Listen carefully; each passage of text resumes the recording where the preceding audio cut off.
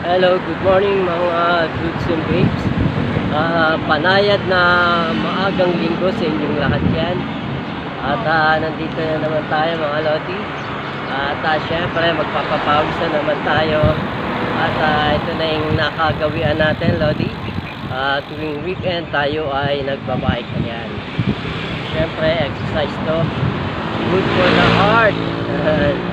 At bonus na lang lodi kung tayo ay makakalayo ng biyahe. Ayan. At syempre exercise muna bago ang lahat. At bigyan natin ng time yung sarili natin para makapag-exercise naman. Ayan. Syempre sabi nga nila, kung saan ka masaya doon ka.